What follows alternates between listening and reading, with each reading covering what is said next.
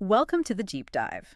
We're here to unpack complex stories, pulling insights from, well, often stacks of sources. And today, we've got something really unique. We do. We're diving into a world where stories themselves, the very books you might read, can be twisted, manipulated. Yeah, where there's this unseen hand kind of pulling strings, setting people up for, well, for peril. Exactly.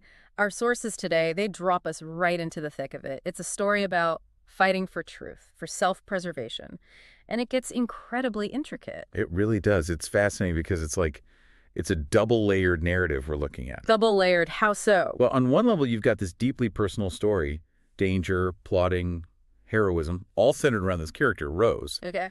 But then, running alongside that, there's this other battle, a fight to protect historical truth itself, almost like a meta-narrative. Wow, so individual fate and like the integrity of history itself all tangled up. Precisely. And the way they intertwine is just compelling. And our sources for this deep dive, what are we looking at?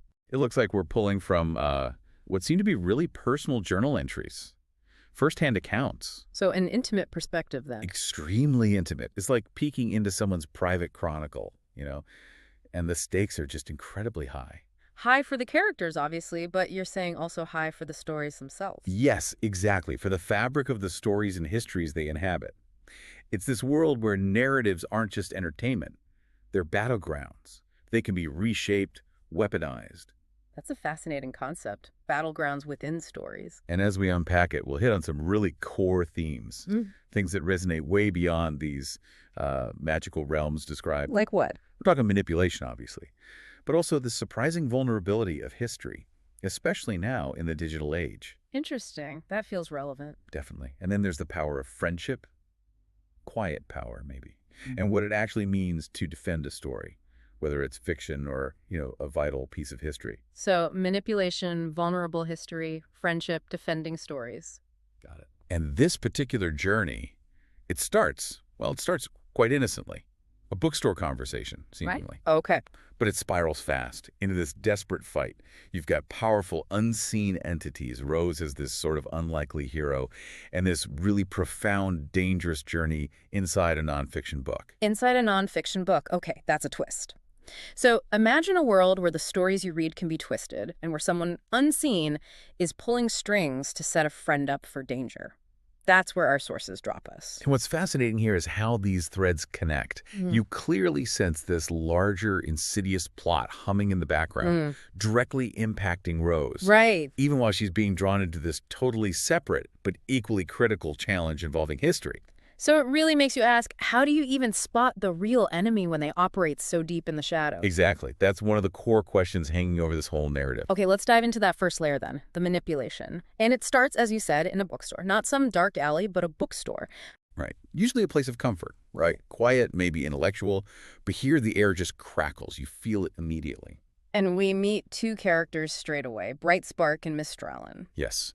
And their opening lines, they just set the tone. It's tense, almost theatrical, hints of a much darker game. And what do they say? Bright Spark starts it off, really cutting. He says, "Ah, Miss Traylon, what a delight did you tire of causing misery in Quintessence and decided to spread your brand of woe here in Wildwood." Oof. Sharp. Yeah. And Miss Traylon fires right back, clearly not impressed. "Shut it, Bright Spark. I'm here at the behest of the lady herself, and you know that, or you'd have barred me entrance." The lady herself Yeah. hinting at higher powers already. Exactly. And what's really striking is how fast Bright Spark reveals his true colors. He's not just some grumpy official. Yeah. No, he's presented as a master manipulator. Yeah. And he seems to genuinely enjoy orchestrating harm. Chaos? He enjoys it. Oh, yeah. He actually gloats to Miss Traylon. Listen to this. "Tell me, Miss Traylon, could your rival Puck come up with a more devious plan for making a target destroy themselves?" Wow. Making a target destroy themselves. That's chilling. It really is. It's dripping with this awful pride. It's not just random cruelty. It's calculated malevolence, like psychological warfare. He enjoys the cleverness, the cruelty of it. And who's the target of this devious plan? Rose, our main character. Okay. And what's the plan exactly? He spells it out. He plans to weaken her systematically. Not through direct attacks, that's the insidious part. Through what he calls useless and sometimes dangerous training missions. The idea is to make her use up her magic, her resources, fruitlessly. wear her down. Until Until, as he coldly puts it, her luck will run out. She'll die in some book somewhere. just die in some book somewhere, like an accident. Exactly. A slow burn elimination, designed to look like bad luck, occupational hazard. It's terrifying because it's so indirect, almost bureaucratic. But why? What's his motivation for doing this to Rose? Ah, that's key. It's all about his own situation. He reveals he's been banished, sent to the hinterland. Which is... In this world, it sounds like more than just remote. It's like a desolate, forgotten place, a total humiliation for someone like him. So he wants out. Desperately. He wants to win her favor. Yeah. He's talking about that higher authority, probably the queen you mentioned, so he can get back to the undying city. So it's ambition, Yeah. self-serving. Completely. Right. Ruthlessly ambitious. Rose is just a pawn, a sacrifice he's willing to make to claw his way back to power, back from exile. It's a classic case of targeting vulnerability for personal gain. And it gets even more complex, doesn't it? There's this mention of the queen. Yes, he boasts that the queen's hands remain spotlessly clean. Which implies what she knows, she's involved. That strongly suggests it, doesn't it? That someone higher up is aware, maybe even orchestrated it, but is deliberately shielded, plausible deniability, systemic manipulation. Layers upon layers. And then he uses the psychological trick on Rose too, right? About her collaborating with her friend. Yes, that's particularly cruel. He feeds her this lie that it's illegal for a bibliomancer and bard to collaborate. Okay, remind us Rose is the bibliomancer. Right. She can jump into books, author changes. And her friend, Paula, is the bard storyteller, word weaver. This lie is designed purely to isolate Rose, to make her doubt her closest ally. That's low. And he doubles down. He claims Paula, the bard, is incapable of writing rhymes, that she only knows the bakery song, suggesting Rose is covering for her friend's weakness. Classic gaslighting, undermining trust. Totally. Though interestingly, Mistrallen's response is quite pragmatic. She says she'll go to Tranquility herself and learn that I'm speaking the truth. So she wants to check it out herself. She doesn't just believe him. Seems like it. Maybe she knows Brightspark's reputation, or just needs independent confirmation. But the real escalation, the truly chilling part, comes next. What does he say? He tells Mistrallen, "Fear not, today I send her on her most dangerous trial yet, and not in one of her own books, but another of Earth's authors." Whoa, not one of her own books. That's a huge shift. Massive. He's deliberately sending her somewhere unfamiliar, somewhere she has less control, maybe no control. Yeah. And he picks, quote, one of the most dangerous time periods of Earth's history. Why Earth's history? His reasoning is brutal. You know how those Earthers love to kill each other? Yeah. She may well be dead by supper. Even she can't dodge a bullet. My God, he's literally setting her up to be killed. And she has no idea. None at all. And that's what makes the next part so effective, the juxtaposition. What's that? We see Rose just going about her day, completely oblivious. Ah, the contrast. Exactly. We get her morning routine, banter with Brightspark before the bells ring. She claims she was late because she was up with Lou. That's Lupina. And Brightspark's reaction. Inappropriate, invasive. He says he doesn't want to hear what twisted things you're doing to each other, just cold, voyeuristic disregard for her privacy, even while plotting her death. Grr. But Rose just brushes it off. Seems like it. She actually shows empathy right after, suggesting they check on someone else, Salome, if she had a bad night, despite his coldness. So she's still being herself. Carol. Yeah. And then the scene shifts to Mad's bakery. And it's described so vividly. A beautiful sunny day, the air, oh, so sweet. There's playful teasing with Brightspark. Even with Brightspark. Even with him. She orders 24 sweet buns and gets donut for herself. Just this normal, lovely moment, buying pastries, completely unaware. While he's planning her demise, that's snark. Extremely. And then she's thinking about her book club, mentioning The Woman in White by Wilkie Collins, discussing last week's book, McCracken. Just everyday life. That juxtaposition is powerful, mundane sweetness against this backdrop of, well, a murder plot. It really highlights Brightspark's manipulative skill, doesn't it? Operating in plain sight, maintaining this facade. So, connecting this back, his banishment, his ambition to return to the undying city, that's the engine driving all this cruelty. Absolutely. He's not just being nasty for the sake of it. He's calculating, using Rose, exploiting her trust, her empathy. His boasts to Mistrallen show this twisted pride in how sinister his plan is. It really makes you wonder, doesn't it? How often are we maybe caught up in someone else's game without realizing it? Especially when motivations are hidden, when power is involved. It's a deeply unsettling thought, the importance of looking past the surface, even in seemingly normal situations. Okay, so Rose is already in Brightspark's crosshairs, even if she doesn't know it. But then things get even more complicated. She gets pulled into something else entirely. Right. A totally different kind of crisis. Yeah. This one hits right at the heart of historical truth. How does it start? She's just getting ready for her book club, gathering copies of The Woman in White when this visitor arrives. Distressed. Really distressed. Who is it? A friend of someone named Celine Blanc. And this friend is terrified, like actually afraid to step through the portal connecting their worlds. Wow. What does she want? She pleads with Rose. Rose, please help my friend.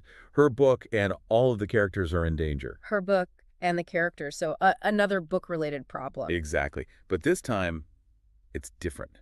Very different. Where do they meet to discuss this? Get this, a hospital cafeteria. Hospital cafeteria. That's surprisingly normal, mundane. Isn't it? It kind of grounds the whole fantastical request in this relatable reality. So Rose meets Celine Blanc there. And who is Celine Blanc? She's a historian, an academic, degrees in history, a master's in feminist studies. Her focus is feminist history, finding and celebrating women who did amazing things against the odds. So she's serious. This isn't just a hobbyist writer. Not at all. She's dedicated, passionate about preserving these overlooked stories. And what's the specific book that's in danger? It's based on this incredible discovery Celine made. A windfall, she calls it.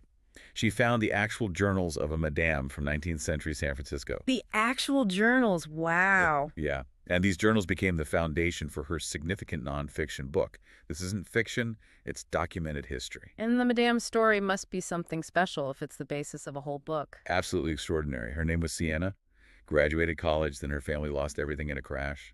She ends up crossing the country alone, a woman alone back then. Incredible courage. Right. And she winds up in this barbaric mining town in California. And she doesn't just survive there, she thrives, makes a fortune. How? Not mining herself, but through enterprise. And she profoundly changes things. She changed the lives of women in New City that she imported to the town, gave them opportunity. She was a leader, an entrepreneur. And more. She became Gold Master of the Mining Guild, something never done before or since by a woman there. Broke massive barriers. That's amazing. Anything else? Oh, yes. She got involved with the local Native American tribe. They respected her so much they named her Chief. Chief. Seriously. Seriously. And she negotiated for them against the government and won. Shows incredible diplomacy, moral courage. This woman sounds unbelievable. What happened next? She eventually moved to San Francisco with her girls and friends. And even though women couldn't vote, she became a huge political force, made a huge difference in local politics through donations and influence. So Celine documented all this? Meticulously. Based on Sienna's own journals, it's a story of resilience, leadership, massive social impact. How was the book received when it came out? Well received, but not widely read. Mostly historians, academics were interested. Okay, so what's the problem now? If the book's been out for a while. That's the crazy part. 175 years after Sienna's time, her reputation is being torn apart online, on the internet. Okay, that happens. But somehow, this online hate campaign, this digital smearing, is actually affecting the journal itself, the physical historical document. Wait, what? How is that even possible? Online comments are changing a 175-year-old journal. That's the core problem. Celine doesn't know how. She can't enter the text like Rose and Paula can, so she's desperate. Is someone inside the book making changes? Hurting the characters? Yeah. Is the online hate somehow leaking through? This raises huge questions, doesn't it? About truth, reality, how information gets manipulated. Absolutely. Especially now. For Celine, her life's work is preserving facts. When the source material itself is under attack, changing, it undermines everything. Historical inquiry itself.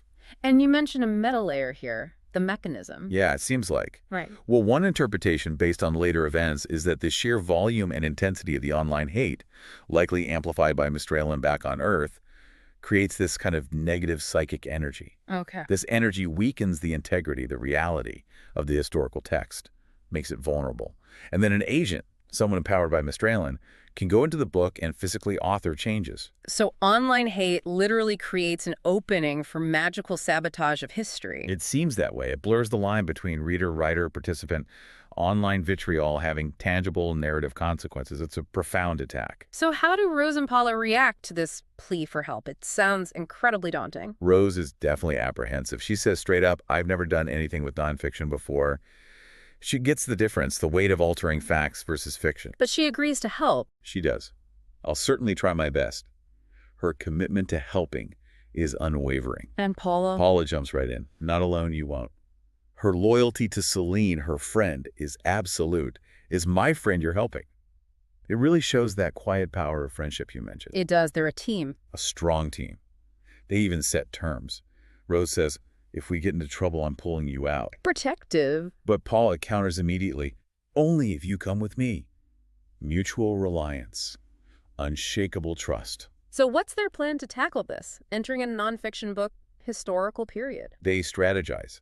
Given the setting, that rough California mining town, very few women, their first thought is practical. Yeah. Disguise ourselves as men. Smart. Planned in. Right. Their entry plan is also thought out.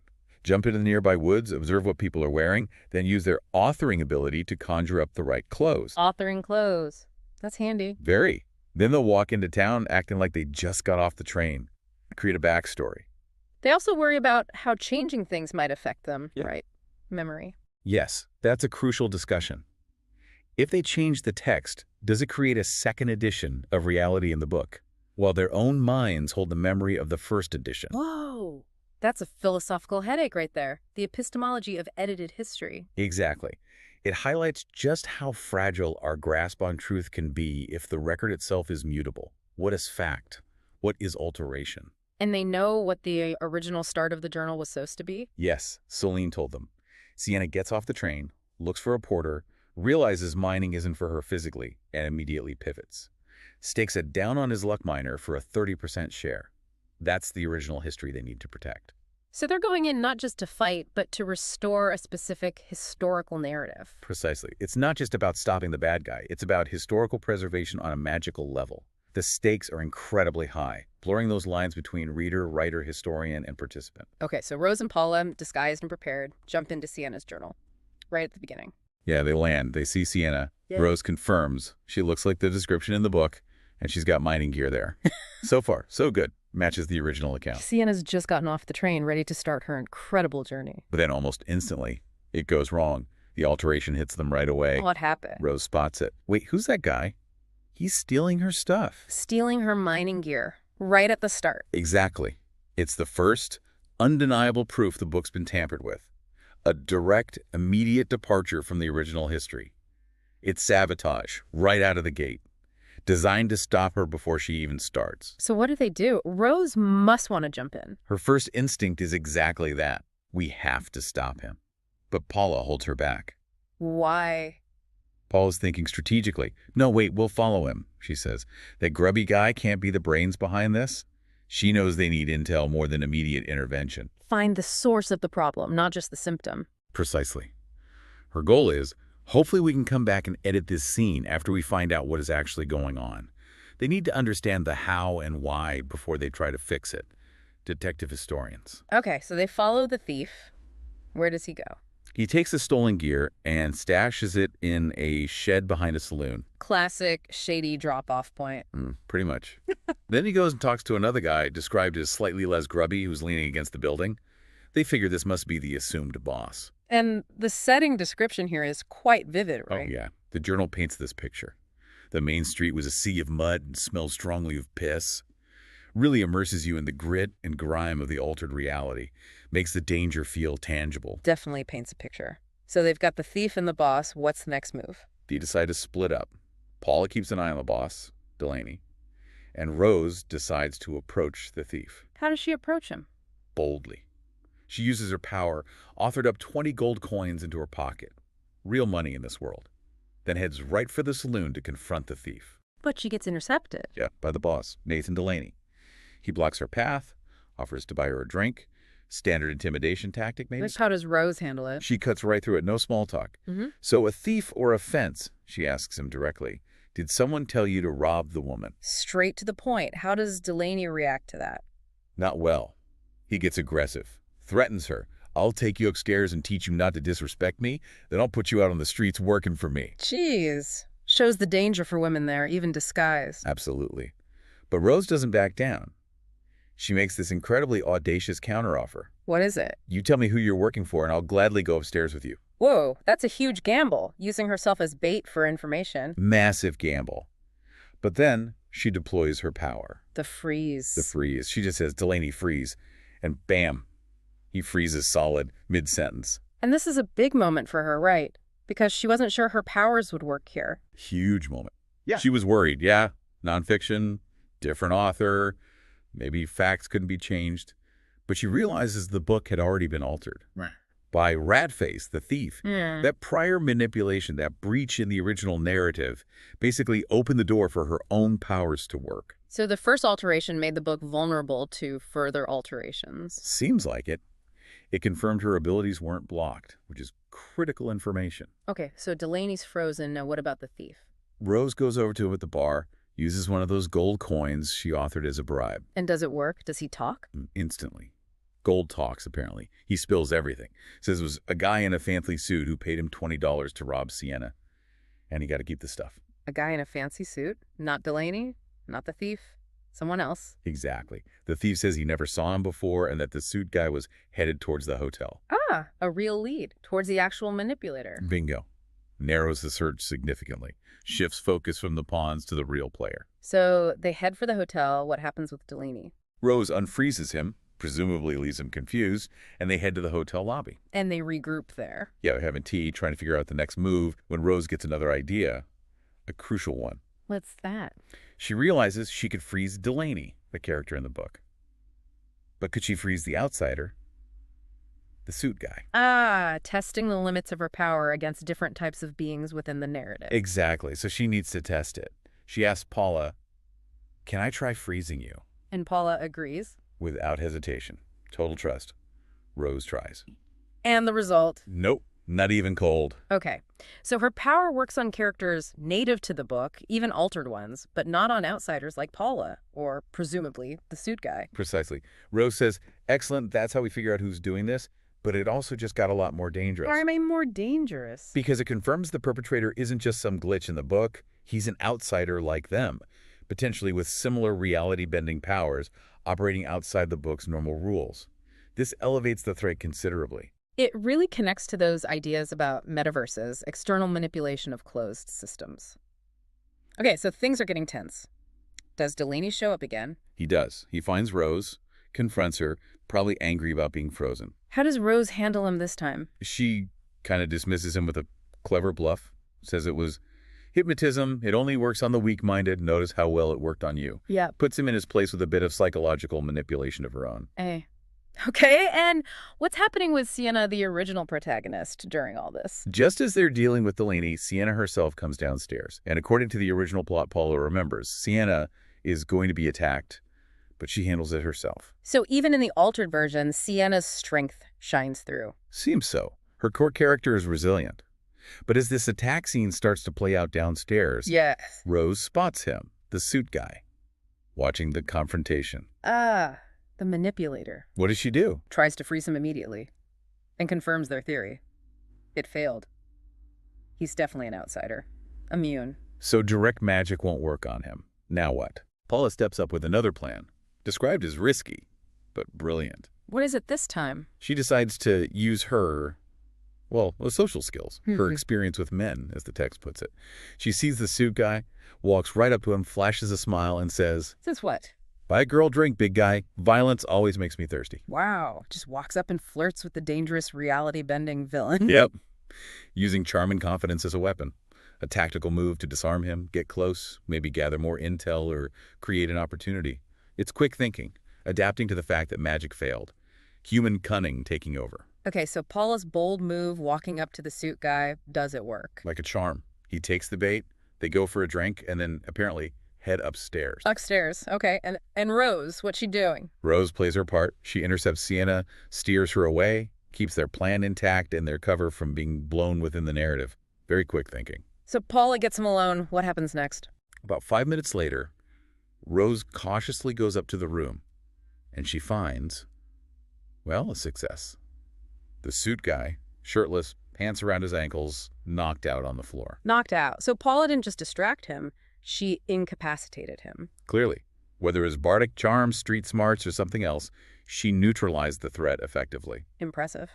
So they have him. What do they do? They work fast. Tied securely to a chair. Arms pinned. Ready for interrogation. Now they can finally figure out what's going on. How is he changing the book? That's the immediate question. Rose searches the room, looking for the tools of his trade. Pen, paper, maybe some magical artifact. But she finds nothing. I can't find a pen or paper anywhere, she says. So how is he doing it? Paula has the insight. She looks at his discarded clothes, his belongings. I think he's using his phone to author with Rose, she says. She checks it. Yep. His phone. He's altering a 19th century historical journal with a smartphone. Apparently so. It's a huge reveal. A really modern twist on this magical ability. Ancient power channeled through modern tech. It's fascinating and honestly pretty unsettling. Definitely unsettling. Does the phone reveal anything else about him? Oh, yes. Paula starts scrolling through his messages, his online activity, and it gets dark. Really dark. How so? Messages talk about toxic masculinity, Paula reports. He's an incel. He belongs to a group called Incels Against Wokeness on Reddit. Whoa. Okay, so his motivation isn't random vandalism. It's ideological, misogynistic. Exactly. It connects this fantastical attack directly to real-world online radicalization, extremist ideologies incubated in these anonymous digital spaces. He's targeting a book about a strong, successful woman because it offends his hateful worldview. That adds a whole other layer of disturbing reality to this. So now they know who he is, why he's doing it, and how, but what do they do with him? That's the big dilemma. Rose voices it immediately. Short of killing him, how do we stop him from jumping from book to book until he's right back here doing it again? He's clearly a persistent threat. Can they reason with him?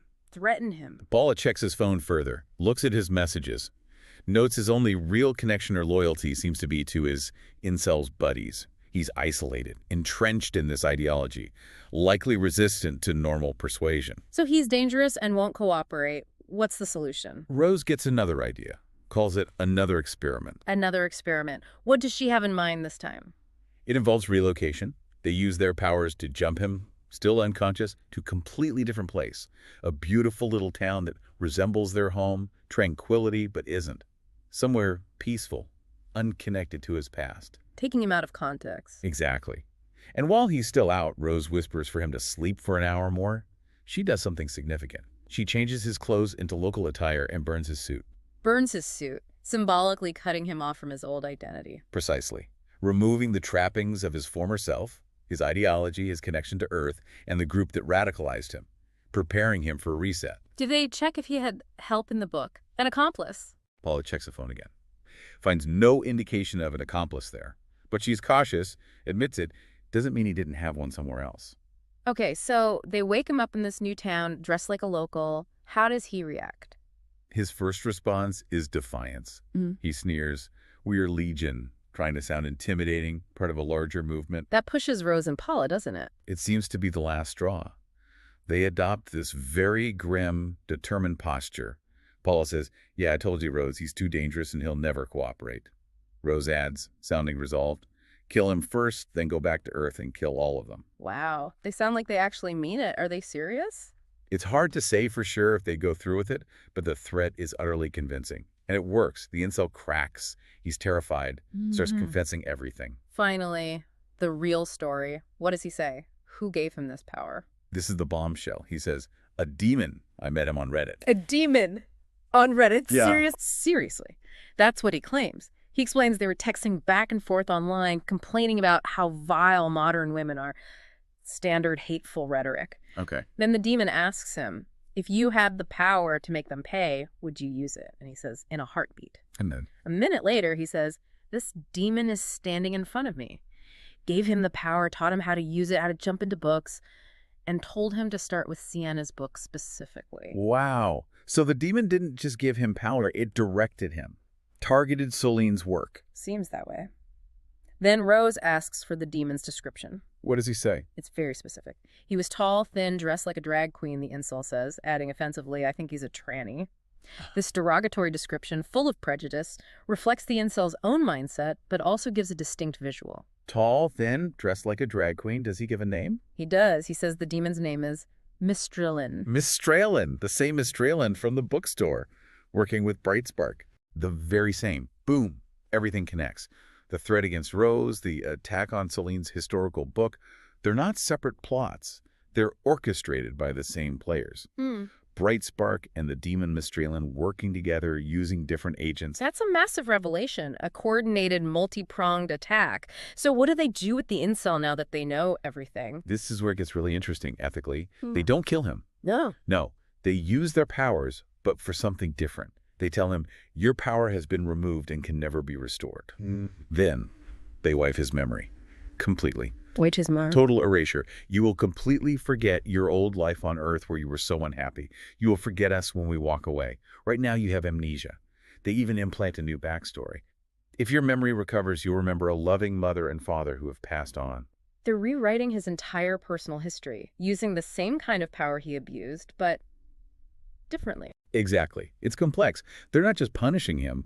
They're attempting a kind of forced rehabilitation, giving him a clean slate in this new town. They tell him, you will find a job here and possibly a partner. You have a good amount of money in your pocket. Go into town, find it in, try to enjoy the second chance you've been given. A second chance. After everything he did, motivated by hate, that's unexpected, shows a real ethical complexity. It really does. It's not simple revenge. It's about breaking the cycle, maybe. Offering a path away from the ideology that consumed him.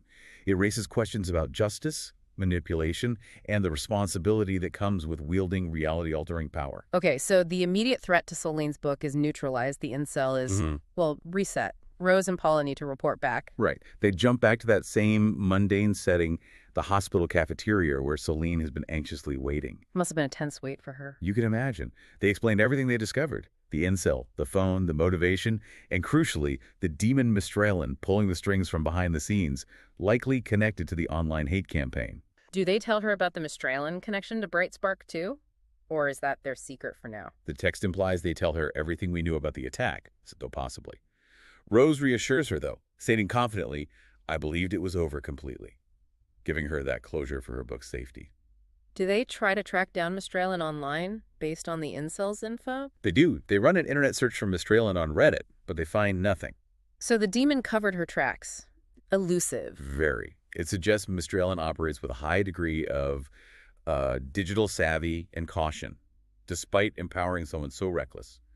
The immediate threat is gone, but the larger players are still out there. How does Celine react to all this? Relief, undoubtedly, and gratitude. As a gesture, Rose invites Celine to come speak at her book club. Oh, that's lovely. A way to validate her work, share Sienna's true story. Exactly. It brings things full circle. And there's a playful hint that Rose might find another Easter egg in Celine's book someday, keeping that connection alive. So that crisis is resolved. But the narrative doesn't end there, does it? It shifts focus back to Rose's personal life, her resilience. Right. After all that danger and stress, we see the importance of decompression, connection, and well-deserved rest. It shifts to Rose's partner, Lou Lupina. What's Lou been up to? Something incredibly demanding physically. Competing in this epic foot race through the forest, up and over and back down again 5 mountains. Part of the local festival, Jack of the Green. 5 mountains. That sounds brutal. Absolutely grueling. The description emphasizes the sheer endurance needed. Lou talks about her legs and lungs aching by the 3rd mountain, pushing harder than ever before. Did she finish? Oh, she finished first. Even though she was in agony near the end. At the 74-kilometer mark, 1 more kilometer to go almost straight up the 5th mountain she pushed through, crossed the line victorious, utterly exhausted. So sore I was afraid if I sat down I'd never get up again. Wow. That's incredible determination. A different kind of strength than Rose and Paula used, but just as impressive. Definitely. It shows this holistic resilience these characters have. Mental, magical, and physical. And was Rose there supporting her? Every step of the way. Rose acted as her one-person pit crew, had water, lots and lots of baked goods, and she used her magic cleverly. How? With portal muffins. Apparently, these are baked goods that create instant temporary portals. Rose used them to pop up in each checkpoint along the race, ready with supplies and encouragement. Portal muffins. That's brilliant. And incredibly supportive, shows their partnership. It really does. Deep care and support, even during individual challenges. And after this grueling race, Lou gets a reward. A surprise reward from Rose. A jump to somewhere completely different for relaxation and onsen, a Japanese hot spring. Where? In actual Japan. In Japan, in a light novel, apparently. So, another book jump, but this time for pleasure, not peril. Ah, a well-deserved escape. What was the experience like? Described as glorious. A split pond, traditional bathing rituals first. Because Lou is so stiff and sore, Rose gently washes and rinses her. a very tender, intimate moment of care. That sounds lovely. Then they soak in the hot spring for hours. Sake, snacks, followed by a magnificent meal. Just pure sensory indulgence and shared peace. A total contrast to the danger and manipulation they've been dealing with. Exactly. It's a return to connection, to physical and emotional comfort. The scene culminates with Rose massaging Lou's aching muscles. And Lou expresses her gratitude. Deeply. She says, "The onsen reminds me of our first bath together in Granny's tub. Thank you for taking such good care of me today and every day, Rose. I love you." That's incredibly sweet and powerful. It really underscores the importance of that connection, that sanctuary after everything. It's the perfect counterpoint. It raises that question. What's the real reward for facing these dangers? It's not just victory. It's the bonds, the trust, the shared moments of peace and love. That healing power of connection as an antidote to malice. Exactly. Yeah. It's a testament to their resilience, yes, but also to the strength they draw from their relationship. It suggests that these authentic bonds are the most stable, vital force they have against a world where even reality can be manipulated. Hashtag, tag, outro. So what an incredible journey we've traced in this deep dive. Just wow. From Bright Spark's cold, calculating manipulation M. Strellin's insidious, demonically powered plotting. to that desperate fight to save Celine Blanc's historical journal from essentially an ideologically motivated digital attack. Yeah, seeing how personal danger for Rose and this attack on historical integrity were actually completely intertwined, orchestrated by the same villains. And then ending on that note of profound peace and connection between Rose and Lou, that hard-earned moment of rest and love. It's a powerful reminder, isn't it? Absolutely. It shows that even after navigating such, well, treacherous waters, that quiet strength, that loyalty, that love, it really can endure. It's restorative. This whole deep dive really hammered home the power of stories, didn't it? How they can be twisted, weaponized. But also how they can be fiercely protected, and how they reflect so much about us, our fears, our desires. But maybe even more than the stories themselves, it highlighted the connections between people, that trust, that affection. That seems to be the real anchor here. That's what empowers them, right? To fight for what's right. Whether it's defending a historical journal or just looking out for a friend or a partner, those bonds are fundamental. Which leaves us, as always, with something to think about. Here's where it gets really interesting for us, maybe. Go on. If the narrative of a nonfiction book, a historical record, can be actively changed, corrupted by someone using, say, a smartphone, fueled by online hate, and maybe even empowered by a demon, what does that suggest about the stability of our own history, our own records, especially now with digital information being so pervasive and misinformation so, well, weaponized? That's a deeply relevant question. How stable is our perceived reality, our recorded past? Right. And how do we, just as regular people, as readers, as citizens, how do we become better guardians of truth, especially when the sources themselves might be under attack in ways we can't even imagine? Maybe not literal demons, but manipulation is manipulation. And that really forces you, the listener, to ponder. In a world where truth can be authored, manipulated, not just in these magical books, but in our own social media feeds, our news, our political discourse, what's our personal responsibility? Responsibility to do what? To critically assess everything we encounter. Yeah. To question sources. To demand integrity. And maybe actively defend the stories, the facts that shape our understanding of the past and guide our present. It's a challenge that goes way beyond any single story, doesn't it? It's about the very fabric of how we understand our world.